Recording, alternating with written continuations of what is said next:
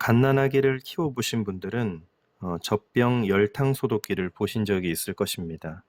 아이들이 먹는 젖병에 세균이 서식하면 안 되기 때문에 뜨거운 물로 소독을 하는 것이죠. 고온으로 소독하는 것은 청결을 유지하는 데 좋은 방법이기 때문입니다. 오늘 본문에서는 안타깝게도 예루살렘 성읍이 이제 소독의 대상이 되고 맙니다. 오랜 시간 동안 켜켜이 쌓여온 우상 숭배의 더러움, 하나님의 말씀에 순종하지 않는 죄악, 도저히 일반적인 방식으로는 씻을 수 없는 죄악이 되었기에 하나님은 숯불을 사용하셔서 예루살렘 위에 살포하십니다. 1절 말씀입니다. 이에 내가 보니 그룹들 머리 위 궁창에 남보석 같은 것이 나타나는데 그들 위에 보좌의 형상이 있는 것 같더라. 지금 에스겔은 하나님의 놀라운 영광의 형상을 바라보고 있습니다. 물론 거룩하신 하나님을 직접 볼 수는 없었고 오직 보좌의 형상만 봅니다. 사람이 하나님의 영광을 보는 것은 얼마나 복된 일인지 모릅니다. 그러나 지금은 어떤 때입니까? 심판을 위해 임재하시는 것이기 때문에 마냥 기뻐할 수만은 없습니다. 우리도 세상을 떠나게 되면 하나님의 영광을 마주하게 될 것입니다. 그런데 우리가 마주한 하나님이 심판하시는 무서운 하나님이시라면 그처럼 큰 저주가 없을 것입니다. 우리는 사랑과 은혜가 넘치는 하나님 뵙기를 사모해야 하고 그에 합당한 거룩한 삶을 살아가야 하는 것이죠. 2절 말씀을 보겠습니다.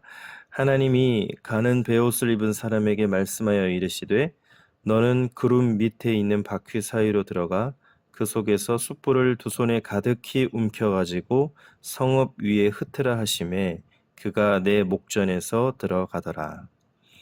하나님은 천사에게 명령하셔서 숯불을 가득히 꺼내 성읍 위에 뿌리라고 하십니다. 더럽혀진 예루살렘을 불태워서 징계하시겠다는 뜻입니다. 실제로 예루살렘은 바벨론 군대에 의해 함락이 되면서 완전히 불살라지게 됩니다. 하나님의 심판은 이와 같이 무섭습니다. 우리도 성경의 경고를 가슴에 새기고 우리에게 불의 심판이 임하기 전에 우리가 먼저 우리 안에 불태워야 할 것들은 없는지 그것들을 우리 손으로 먼저 제거하는 노력을 기울여야 할 것입니다.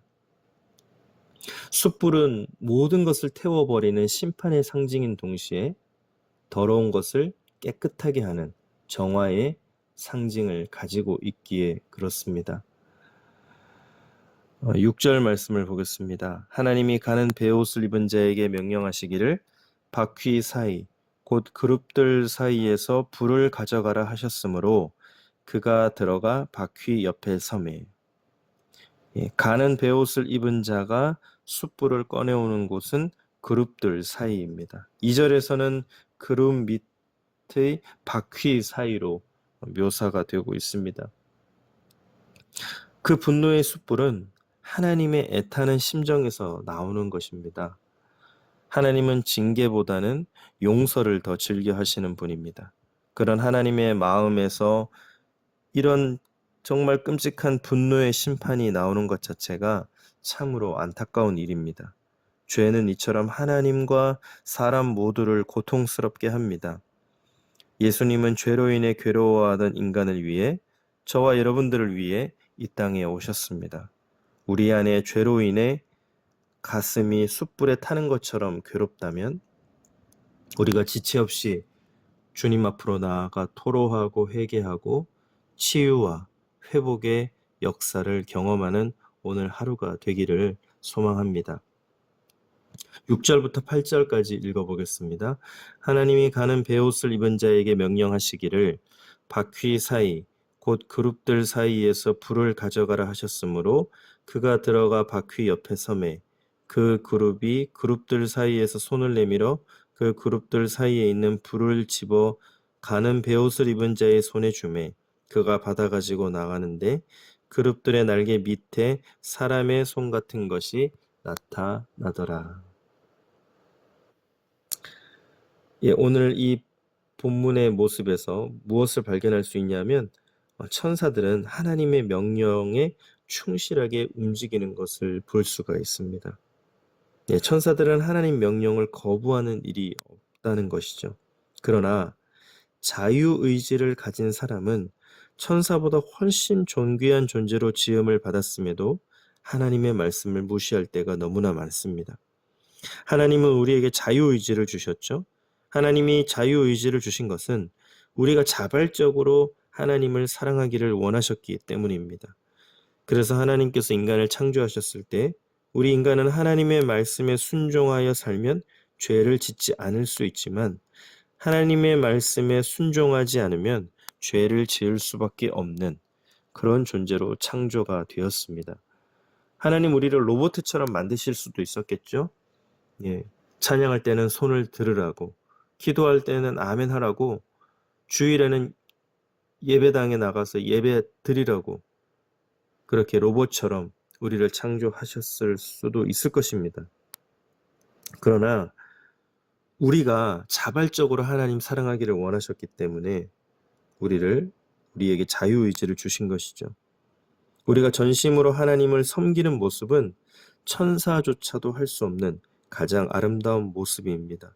그래서 히브리서 1장 14절 말씀에 모든 천사들은 섬기는 영으로서 구원받을 상속자들을 위하여 섬기라고 보내심이 아니냐 이렇게 말씀합니다. 이처럼 천사보다 아름다운 성도님들이 되시기를 축복합니다. 하나님은 당신의 형상을 따라 사람을 지으셨습니다. 그렇기에 사람을 가장 사랑하십니다. 너무나 사랑하셔서 우리 사람들에게 자유의지를 주셨습니다. 사람이 자기 뜻으로 하나님을 사랑하기를 바라셨기 때문입니다.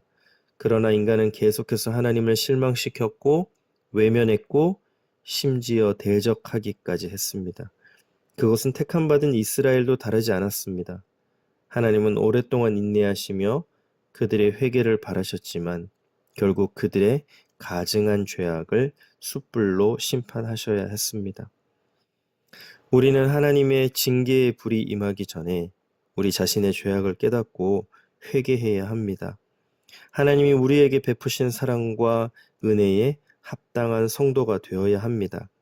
전심으로 자발적으로 우리 마음에서 우러나오는 하나님을 향한 진정한 사랑과 찬양과 경배로 하나님께 영광 올려드리는 귀한 주의 백성들이 되시기를 예수님의 이름으로 축복합니다. 기도하겠습니다.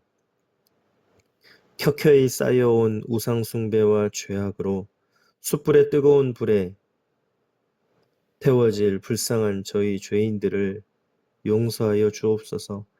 하나님의 경고 말씀에 그 애타는 마음, 그 경고를 우리 마음에 새기고 우리 속에 불태워서 완전 없애야 할 더러움을 제거할 수 있도록 주님 도와주옵소서. 그러나 하나님은 징계보다 용서를 즐겨하시고 우리를 사랑하셔서 이 땅에 예수 그리스도를 보내어 주셨습니다. 예수님의 보혈의 은혜로 다시 하나님과의 관계가 회복되게 하시며 하나님의 형상대로 지음받은 우리로 하나님을 찬양하고 경배하게 하옵소서. 그 일에 우리를 사용하여 주옵소서. 하나님의 징계의 불이 임하기 전에 우리 각자가 죄악을 깨닫고 통회하며 회개하게 하시고 하나님이 우리에게 베푸시는 사랑과 은혜에 합당한 성도들로 살아가게 도와주옵소서. 이 모든 말씀 예수님의 이름으로 기도드립니다. 아멘.